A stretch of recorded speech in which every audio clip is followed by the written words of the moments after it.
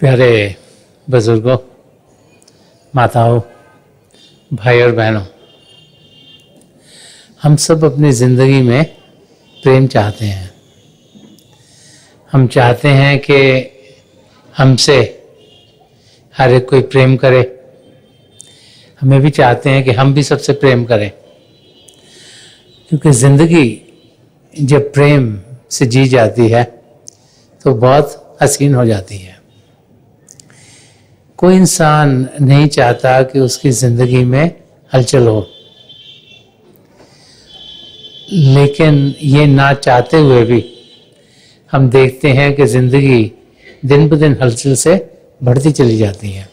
तो कोई समय ज़िंदगी में आता है जबकि हमारा ध्यान इस ओर पड़ता है कि क्या ज़िंदगी हलचल से ही भरी रहेगी कि कभी हम सदा सदा का सुख चैन पा सकेंगे। जब हम ध्यान से अपनी ओर देखते हैं, ध्यान टिकाते हैं कि किस किस्म से हमारी ज़िंदगी चल रही है, तो हम देखते हैं कि हमारा सारा समय सुबह से रात तक बाहर की चीज़ों में ही लगा रहता है। बाहर की दुनिया को हम असली दुनिया समझते हैं। जो आंखों से देखते हैं उसे सच समझते हैं, जो कानों से सुनते हैं उसे सच समझते हैं, और बाकी इंद्रियां चखने की, सूंघने की और स्पर्श की, इनके घाट पर ही सारी जिंदगी गुजर जाती है। और जिस ओर से हम अपने लिए खुशियां चाहते हैं, वहां से ही खुशियों के बगैर उसकी जगह गम हमारी जिंदगी में आने शुरू हो जाते हैं। तुलसी साहब ने फरमाया है कि दिल का हुजरा साफ कर जाना के आने के लिए ध्यान 11 का उठा उसके बिठाने के लिए। तो तुलसी फरमाते हैं कि अगर आपने प्रभु को पाना है, प्रभु के प्रेम को पाना है, उनकी नज़दीकी पानी है, उनका अनुभव करना है, तो आपको अपने आप को अंदर से पाक साफ करना होगा। ध्यान जो बाहर की दुनिया में जा रहा है उसे बाहर से हटाना होगा, क्योंकि जो बाहर की दुनिया है ये एक माया का जाल है। देखने में कुछ और, असलियत में कुछ और जितना ज्यादा ध्यान इस और हम करेंगे उतना ही हम प्रभु से दूर चलते चल जाएंगे। अब इस दुनिया में सबसे ऊंचा प्रेम एक माँ बाप का अपने बच्चे के साथ होता है। फिर और बहुत से प्रेम हम इस दुनिया में पाते हैं, भाई बहन का प्रेम, पति पत्नी का प्रेम, दोस्त मित्रों का प्रेम, जिस एरिया में रहते हैं वहाँ पे कोई बुजुर्गों का और बच्चों के बीच में प्रेम, जहाँ काम करते हैं वहाँ एक दूसरे से नज़दीकी। और वो समय जब कि हमें वो प्रेम अनुभव हो रहा हो, उसका हम अंदाज़ा लगा रहे हो, हमारी ज़िंदगी में वो ढल रहा हो, तो हमें वो क्षण बहुत ही अच्छे लगते हैं। लेकिन जब हम अपनी जिंदगी की ओर देखते हैं और जैसे जैसे उम्र बढ़ती चली जाती है, हमें ये अनुभव होना शुरू हो जाता है कि जिनसे हमारी नज़दीकी थी, समय के साथ साथ कुछ दूरी हो गई, कुछ मिसअंडरस्टैंडिंग हो गई। कई लोग जैसे बच्चे एक जगह पलते हैं और सेम नेबरहुड में पढ़ रहे होते हैं, तो क्या होता है कि जैसे ही वो 5-6 साल के होते हैं, एक बच्चा एक स्कूल में चल जाता है, दूसरा दूसरे में, तीसरा तीसरे में, फिर भी वो रहते उधर ही हैं। तो जब हाई स्कूल पास करते हैं तो कॉलेज के लिए किसी को, अगर आप दिल्ली में रह रहे हो, किसी को दिल्ली में एडमिशन मिलेगी, किसी को हो सकता है मुंबई में एडमिशन मिले, किसी को चेन्नई में मिले, किसी को बैंगलोर में मिले। तो जहाँ जहाँ एडमिशन होते बच्चे वहाँ जाने शुरू होते, उनकी दोस्ती कम होनी शुरू हो जाती है। और ऐसे हम देखते हैं घरों में भी जब भाई बहन पढ़ रहे होते हैं उनमें बड़ा प्यार होता है, जैसे जैसे बड़े होते हैं उनकी शादी होती है, उनके अपने बच्चे होते हैं, काम काज अलग अलग हो गए, रहते अलग अलग जगह, तो कुछ ना कुछ खटास सी जिंदगी में आनी शुरू हो जाती है। तो फिर ये प्रेम जो इस दुनिया के हैं, जब हम इनके पीछे भागते हैं तो हलचल ही हलचल हमारी जिंदगी में रहती है। तो इंसान को ये ख्याल जरूर आता है कोई ऐसा प्रेम है कि जो कभी भी खत्म नहीं होगा, जो अनकंडीशनल है। क्योंकि इस दुनिया के प्रेम में लेन देन है। अगर एक भाई बहन एक दूसरे को मदद कर रहे हैं तो वही सोचते हैं कि कल हमें जरूरत पड़ेगी, ये भी हमें मदद करेंगे। अब माँ बाप अपने बच्चों के लिए बहुत सैक्रिफाइस करते हैं, उनको पालना, उनको बड़ा करना, उनको पढ़ाना लिखाना। और कहीं पे माँ बाप के ख्याल में ये भी आता है कि हमारे बुढ़ापे में ये बच्चे हमारे मददगार होंगे।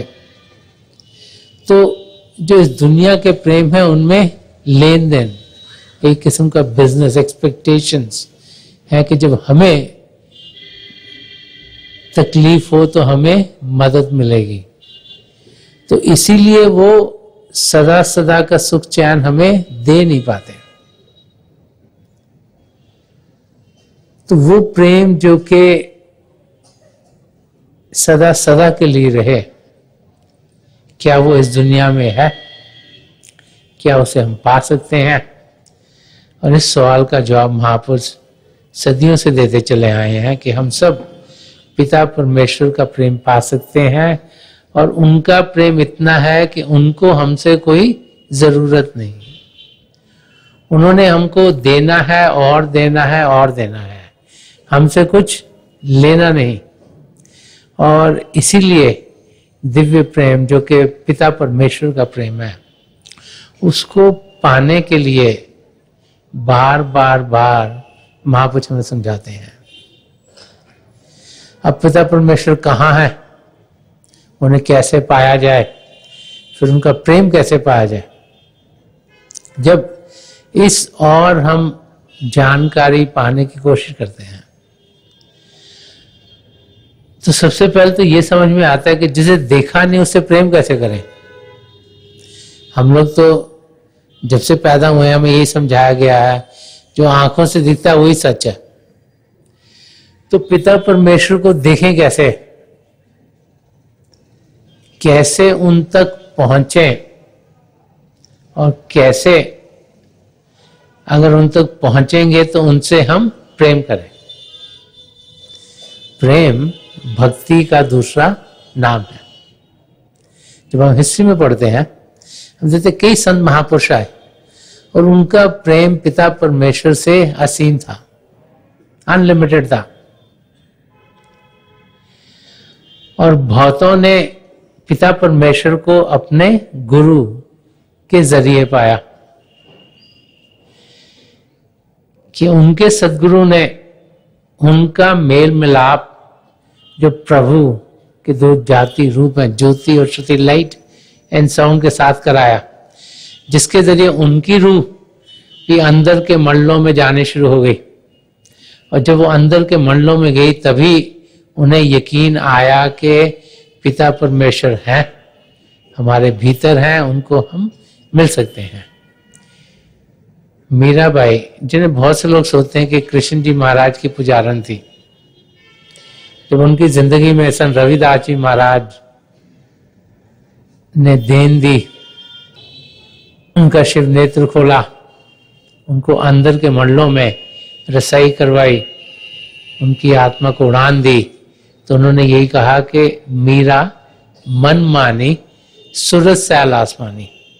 तो मीराबाई ने फरमाया कि मेरा मन तब माना कि पिता परमेश्वर है, अंदर है, जब मैं अंदर की दुनिया में पड़ी कि अंदर की दुनिया प्रेम की दुनिया है, अंदर की दुनिया खूबसूरती से भरपूर है, अंदर की दुनिया असली दुनिया। जब तक उस दुनिया में हम कदम नहीं बढ़ाते तब तक सिर्फ बाहर की दुनिया को असली समझ के ही हम इंसान जीता रहता है। तो महापुरुष समझाते हैं कि वैसा जीना एक स्वप्न लेना है, जब ड्रीम स्टेट में इंसान होता है, जब स्वप्न लेता है, तो उसको सब चीज असली दिखाई देती है। लेकिन जैसे ही वो स्वप्न से उठता है, उसे मालूम होता है कि ये स्वप्न था। तो जितनी देर तक हम मन इंद्रियों के घाट तक ही जीते रहेंगे, हर एक चीज दुनिया की हमें सही और असली दिखाई देगी। जैसे ही इस शरीर से ऊपर उठेंगे तो हमारी आत्मिक जागृति होगी, असलियत क्या है हमारे सामने खुलनी शुरू हो जाएगी। तो प्रभु को जानना, उन्हें पहचानना, जब हम हिस्ट्री की ओर ध्यान देते हैं, ये बहुत से भाई बहनों ने अपने सदगुरु के जरिए पाया। इसीलिए अपने सदगुरु की महिमा वो बहुत ज्यादा करते हैं कि हम इन आंखों से, इन कानों से, इंद्रियों के जरिए सिर्फ अपने गुरु को देख सकते हैं, जान सकते, पहचान सकते हैं। और उन्होंने अगर हम पर दया मेहर की, ये शिव नेत्र को खोला, 10वां द्वार खोला, हमें अंदर की दुनिया में जाने का रास्ता दिखाया, तो फिर उनके जरिए हम प्रभु तक पहुंच पाए। और अंदर की दुनिया जो कि हसीन है, जो खूबसूरत है, जो प्रेम से भरपूर है, उसके बारे में महापुरुषों की जब राइटिंग्स पढ़ते हैं तो बहुत कुछ मिलता है। संदर्शन सिंह जी महाराज ने एक जगह फरमाया कि खाक से ताबा क्या कशा, हमने तो जब किया सफर, इश्क मिला कदम कदम, हुस्न मिला नजर नजर। कि जब उनका कि मैं शरीर से ऊपर उठा और अंदर की दुनिया में गया, तो हर एक कदम पर मुझे प्रभु का प्रेम मिला और हर एक नजारा और भी खूबसूरत दिखाई दिया। और जब उस प्रेम का हम अपने अंदर अनुभव करते हैं तो उसका असर ये होता है कि बदलाव हमारे बीच में से आना शुरू हो जाता है। बदलाव कैसे आता है? एक जगह और संत दर्शन सिंह जी महाराज ने फरमाया कि खुदा से इश्क किया, आदमी से प्यार। कि पहले अपने आप को जाना, पहले अंदर की दुनिया में गए, पहले अपनी आत्मा का अनुभव किया, पहले भजन अभ्यास किया, रूह को उड़ान मिली, उसका मिलाप परमात्मा से, वैसे परमात्मा कहें, खुदा कहें, ईश्वर कहें, अल्लाह कहें, वाहिगुरु कहें, किसी भी नाम से पुकारें। और जब उनसे इश्क हो गया, प्यार हो गया, तो आदमी से, इंसान से ऑटोमेटिकली प्यार हो जाएगा। क्यों? क्योंकि हमें यह अनुभव होगा कि अगर पिता परमेश्वर हमारे अंदर है तो औरों के अंदर भी है। तो जब किसी और को हम देखते हैं तो फिर और दिखाई नहीं देता, वो अपना ही दिखाई देता है। तो जिंदगी में चेंज, ट्रांसफॉर्मेशन खुद ब खुद हो जाती है। तो हम ऐसी जिंदगी जीना शुरू कर देते हैं जिसमें कि हर एक अपने लगना शुरू हो जाता है। क्यों? क्योंकि हर एक के अंदर हमें प्रभु के रूप के दर्शन होते हैं।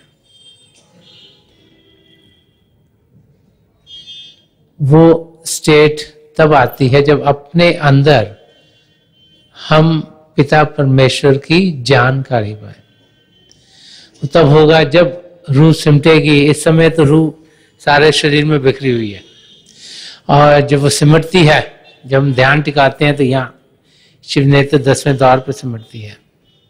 और हिस्ट्री में जब महापुरुषों की टीचिंग्स को हम पढ़ते हैं तो उनके अनुभव क्या क्या हुए, उन्होंने उन्हें बयान किया हुआ है। जब हम ध्यान टिकाते हैं तो हम अंदर की दुनिया में बढ़ पाते हैं।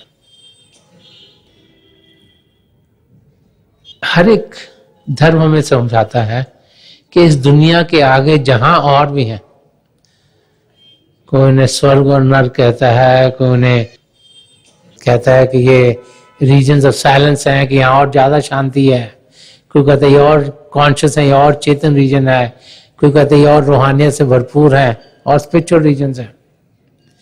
उनकी डिवीजन भी अलग अलग, कोई कहता है 5 रीजन है, कोई कहता है 8 है, कोई कहता है 22 है। हमने, इंसानों ने, जो इस धरती के आगे भी जिंदगी है उसको अपने अपने शब्दों में बयान किया हुआ है। अब जैसे आप सब जो छोटे होंगे तो आपने जरूरी वाक्य सुना होगा कि एक हाथी था और 6 ब्लाइंड मैन थे, लोग थे जिन्हें दिखता नहीं था। तो उनको हाथी के पास लेके उसको कहा बताओ कि ये क्या चीज है। तो जिसने सूंड पे हाथ लगाया उसने कहा इस किस्म की चीज है ये, जिसने पैरों को हाथ लगाया उसने कहा इस किस्म की चीज है। तो अलग अलग जगह जहां जहां उन्होंने हाथ लगाया उन्होंने ऐसे लगा कि अलग अलग डिस्क्रिप्शंस उसी सेम हाथी की उन्होंने दी। तो यही अनुभव धर्म ग्रंथों में होता है। महापुरुषों के वचन अपनी अपनी भाषाओं में उन्होंने पिता परमेश्वर क्या है, उन्हें कैसे पा सकते हैं, हमने समझाया, लेकिन हम उन्हें अपने अपने तरीके से इंटरप्रेट कर लेते हैं। जब हम हर एक धर्म की गहराई में जाएं तो हर एक धर्म के 2 हिस्से, एक अंदरूनी हिस्सा जिसे esoteric side of the religion कहते हैं, एक बाहर का हिस्सा जिसे एक्सोटेरिक साइड ऑफ द रिलीजन कहते हैं। तो हम सब बाहर के हिस्सों में ही रह जाते हैं। बाहर का हिस्सा में बताता है कि हम अपने धर्म स्थान पर कैसे जाएं, हमारा सिर कवर होना चाहिए, पैर में जूते ना हो, कि पैर में जूते हो सिर कवर ना हो, हम हाथ धो के जाएं, कि किस तरीके से वहां जाके इबादत करें, प्रार्थना करें। वहां जाके कोई मोमबत्ती जलाता है, कोई नगारा बजाता है, कोई घंटी बजाता है। अलग अलग धर्म स्थानों में अलग अलग चीजें हम करते हैं और वो सब हमें अलग अलग दिखाई देती हैं। तो जो भारी रूप है हमारे अपने अपने धर्म फॉलो करने के, हमें अलग अलग लगता है, लेकिन जो अंदरूनी रूप है वो हर एक धर्म का एक ही है, क्योंकि वो रूप हमें समझाता है कि हम अपने आप को जाने, वो समझाता है कि हम अपने आप को आत्मिक रूप में देखें, और वो समझाता है कि वो अवस्था हम तब पाएंगे जब हम शांत हो पाएंगे, शरीर को शांत करेंगे और मन को शांत करेंगे, तो फिर हम अपने अंदर जो रूहानी खजाने हैं उनमें पहुंच पाएंगे। प्रभु का प्रेम जो हमारे अंदर है उसका हम अनुभव कर पाएंगे। तो जो अंदरूनी रास्ता है वो हर एक धर्म का एक ही है, चाहे हम अकेले बैठे हों चाहे लाखों की तादाद में बैठे हों। अगर शोरगुल नहीं होगा तो सुनने की इंद्री आसानी से खिंच जाएगी। जब हम बैठे हैं, अगर हमारे शरीर का हिस्सा किसी और को नहीं लग रहा तो स्पर्श की इंद्री भी अंदर को खिंच गई। जब हम ध्यान टिकाने के लिए बैठते, हम खाते पीते नहीं, इस करके चखने की इंद्री भी आसानी से अंदर को खिंच जाती है। एटमॉस्फेयर को बदलने की कोई जरूरत नहीं। जैसे कई लोग सोचते हैं अगरबत्तियां जलाओ या उसको एटमॉस्फेयर को स्पिरिचुअल करो, सारी जगह पवित्र है तो उसको बदलेंगे नहीं तो ये सूंघने की इंद्री आसानी से अंदर को खिंचेगी, और आंखें बंद करेंगे तो देखने की इंद्री भी अंदर को खिंच जाएगी। तो 5 इंद्रियों को अंदर की ओर खींचना कोई मुश्किल कार्य नहीं है। तो मुश्किल क्या है, आंखें बंद करते ही कोई ना कोई हमें विचार आ जाएगा। विचार मन से आते हैं, मन नहीं चाहता हम पिता परमेश्वर को जाने, मन का काम ही है कि हमारा ध्यान दुनिया में लगाए रखे। तो विचारों के जरिए वो हमारा ध्यान अंदर की दुनिया से हटा देता है। तो सब धर्मों में तरीका एक ही है कि मन ही मन हम जाप करें। कोई प्रभु के 1 नाम का जाप करता है, कोई 2 नाम का जाप करता है, कोई 3 नाम का जाप करता है। सन्मत के रास्ते में हम प्रभु के जो 5 जाति नाम है, जो 5 मंडलों के नाम है, उनका जाप करते हैं। और जब हम प्रभु के नाम का जाप करते हैं तो क्या होता है, मन उस जाप में लग जाता है। जो उसकी ताकत है वो जाप करने में लगती है, तो वो उस अवस्था में वो हमें विचार नहीं भेज सकता। जब 5 इंद्रियां अंदर की ओर होंगी, ध्यान सामने होगा और विचार नहीं आएंगे, तो हमारे सामने अंधेरे में हमें रोशनी के चिन्ह दिखेंगे। रोशनी जो प्रभु की ज्योत है तरह तरह के रंगों की है, सुनहरे रंग की, सफेद रंग की, लाल, पीला, नीला, हरा, जामुनी, स्लेटी या कोई और रंग। जो कुछ भी दिखता है उसके हम बीच में देखें, थोड़ी देर के बाद ऐसे लगता है जैसे रोशनियां जो आ रही हैं जा रही हैं, आ रही हैं जा रही हैं। अब जैसे जैसे आपका ध्यान टिकता चल जाएगा, समय के साथ आपको अनुभव होगा रोशनियां टिक गई हैं। लेकिन हो क्या रहा है कि रोशनी तो कहीं बाहर से आ नहीं रही, प्रभु की ज्योत आप सबके अंदर है। जब हम ध्यान टिकाते हैं, जब विचार रुक जाते हैं, रोशनी हमें टिकी हुई लगती हैं। जब ध्यान टूट जाता है तो हमें बीच में अंधेरा दिखता है, तो ऐसा लगता है लाइट आई चली गई, लाइट आई चली गई। और जैसे जैसे हम अभ्यास ज्यादा करते जाते हैं, रोशनियां और हमें लगनी शुरू हो जाती है, टिक रही हैं, क्योंकि हमारा जो कंसंट्रेशन है वो बढ़ती चली जाती है। और फिर हम उनके आगे निकल जाते हैं। ऐसे लगता है जैसे आसमान है, उनमें पहले तो लगता है बादल बादल है, फिर ऐसे लगता है जैसे सितारे टिमटिमा रहे हों। अगर आप वहां पहुंचे तो जो सबसे मोटा या चमकीला सितारा, उसके बीच में ध्यान दीजिएगा। अब उसको पार कर जाएंगे, अंदर के चंद्रमा तक पहुंचेंगे।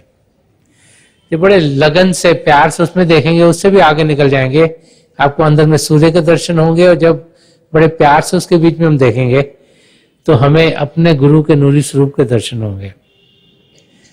जो ऐसा हो तो हम उनकी आंखों में देखें, तो जो जो हमारे लिए बेहतर है उस यात्रा पर वो हमें लेके जाएंगे। तो हमारा काम है शरीर को शांत करना, मन को शांत करना। आगे जो जो हम सबके लिए बेहतर होगा वो पिता परमेश्वर जरूर हमारी जिंदगी में डालेंगे। और जब हम अभ्यास पर बैठते हैं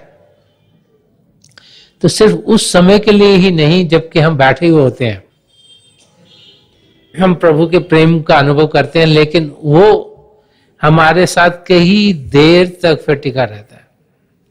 और उस प्रेम के आलम में हम एक मस्ती सी भरी हुई जिंदगी जीना शुरू कर देते हैं।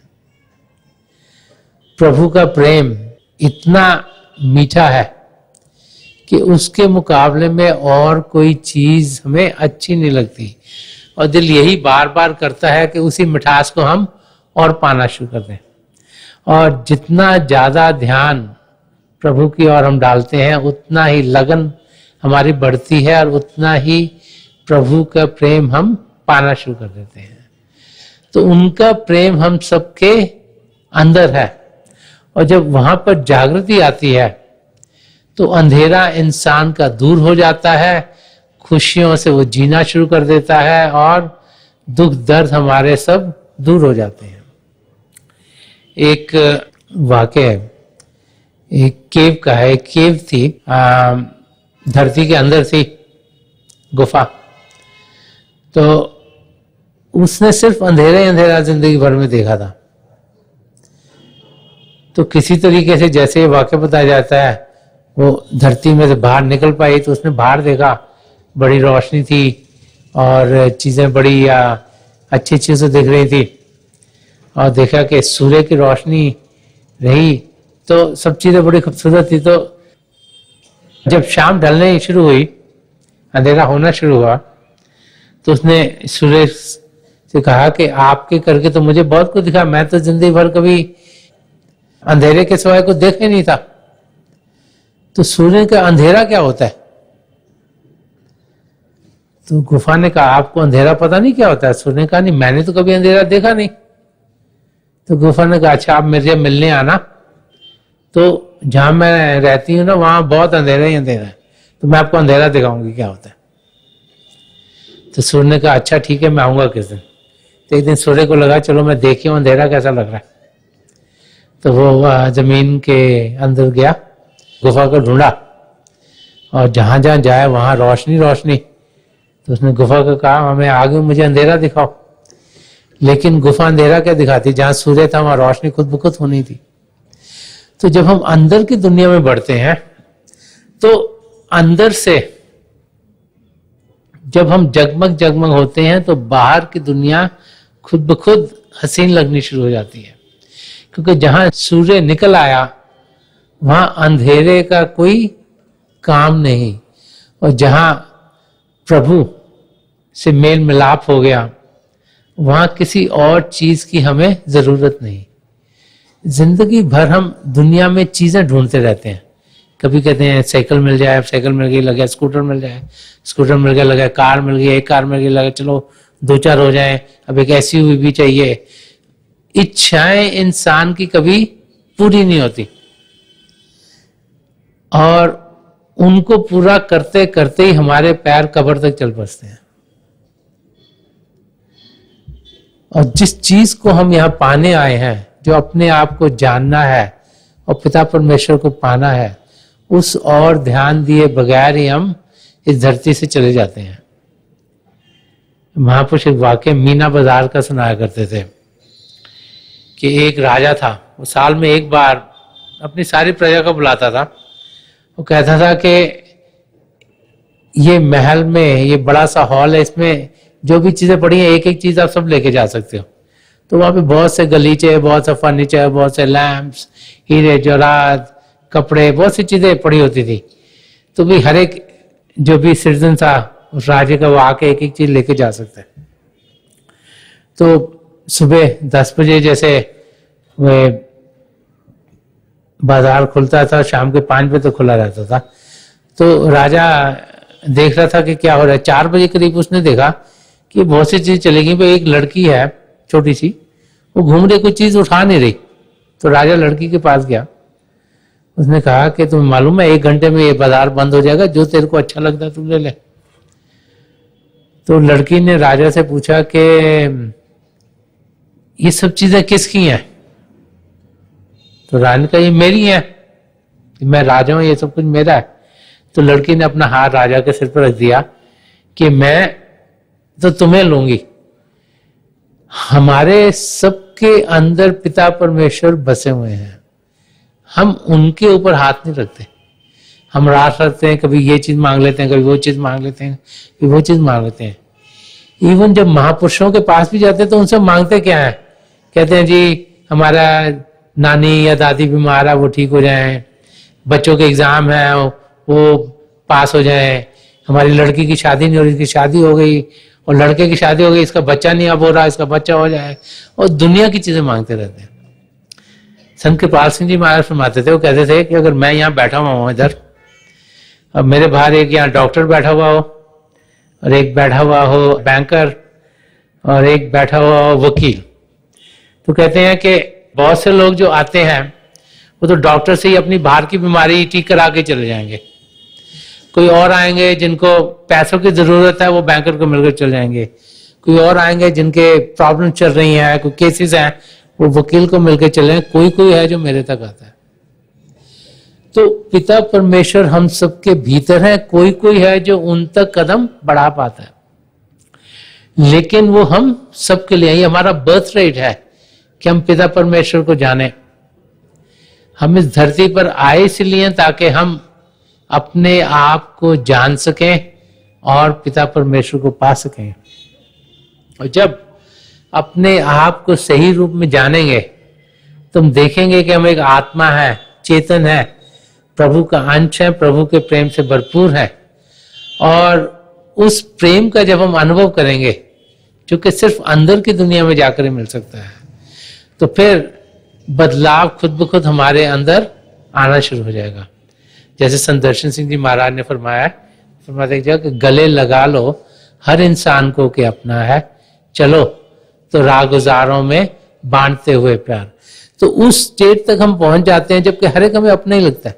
और एक जगह और उन्होंने फरमाया कि अपने सदगुरु की लीला में लिखा है कि मैंने सीखा है जमाने से मोहब्बत करना, तेरा पैगाम मोहब्बत मेरे काम आया है। कि जो पैगाम प्यार का, मोहब्बत का उनके सदगुरु हजूर बाबा सावन सिंह जी महाराज ने उन्हें दिया, कि उसके जरिए ही वो सबसे प्रेम करने लग पड़े। तो वो स्टेट जबकि हम दिल से, अंदर से, खुद ब खुद सबसे प्रेम करना शुरू हो जाते हैं, वो तब आती है जब हम अपने अंदर प्रभु के प्रेम को पाएंगे। वो प्रेम सदा सदा के लिए रहने वाला है, वो प्रेम कभी कम नहीं होगा। प्रेम ऐसा है कि जब औरों में बांटते हैं तो और बढ़ता चला जाता है, और बढ़ता चला जाता है, और बढ़ता चला जाता है, उसमें कभी कमी नहीं आती। और उस प्रेम का हमें अनुभव करना है। संदर्शन सिंह जी महाराज ने एक जगह और फारसी में फरमाया, जिसको इंग्लिश में वो ट्रांसलेट उन्होंने करा था कि I have no friend except my beloved, I have no work except his love. कि मेरा इस दुनिया में अपने सदगुरु, अपने सच्चे मित्र या पिता परमेश्वर के सिवाय कोई दोस्त नहीं, और उनको प्रेम करने के सिवाय मुझे कोई काम नहीं। तो जब इस अवस्था में हम पहुंचते हैं, जबकि हमारा सारा ध्यान पिता परमेश्वर की ओर होता है, तो फिर जो जिंदगी का मकसद है वो हमारा पूरा होता है। पिता परमेश्वर को हम सब पा सकते हैं, वो हमसे दूर नहीं, हमें सिर्फ ध्यान उनकी ओर करना है। संदर्शन सिंह जी महाराज ये भी फरमाया करते थे कि मिलेगा रूह को परवाज दे के देख जरा, करीब है उसे आवाज दे के देख जरा। कि पिता परमेश्वर हमें जरूर मिलेगा, हमने क्या क्या रूह को उड़ान देनी है, शरीर से ऊपर उठना है, अंदर की दुनिया में बढ़ना है। वो हमारे बहुत करीब, हमारे भीतर है, इससे करीब तो हो ही नहीं सकते, लेकिन हमें उन्हें दिल से पुकारना है, सिंसैरिटी से पुकारना है, एक लगन से पुकारना है। जब एक लगन पिता परमेश्वर को पाने की हमारे अंदर जागृत होती है, तो फिर हम जरूर उनको इसी जिंदगी में जान सकते हैं, पहचान सकते हैं, अपनी आत्मा का मिलाप उनमें करवा सकते हैं। तो थोड़ी देर के लिए हम सब अभ्यास के लिए बैठे, क्योंकि अभ्यास के जरिए हम पिता परमेश्वर के प्रेम का अनुभव करते हैं।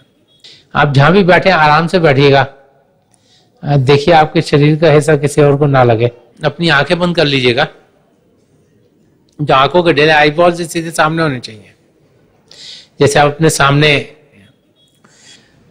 10, 15, 12 इंच फोकस कर रहे हो, आंखें बंद करते ही वो भाई बहन जिन्हें नाम की देन मिली आप सिमरन कीजिएगा, और जो भाई बहन यहाँ नए हैं आप पिता परमेश्वर के किसी भी जाति नाम का जाप कीजिएगा। जाप मन ही मन करना है, ऊंचा नहीं दोहराना।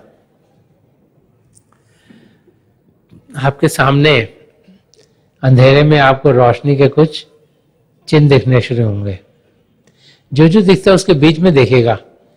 जैसे जैसे आपका ध्यान टिकेगा,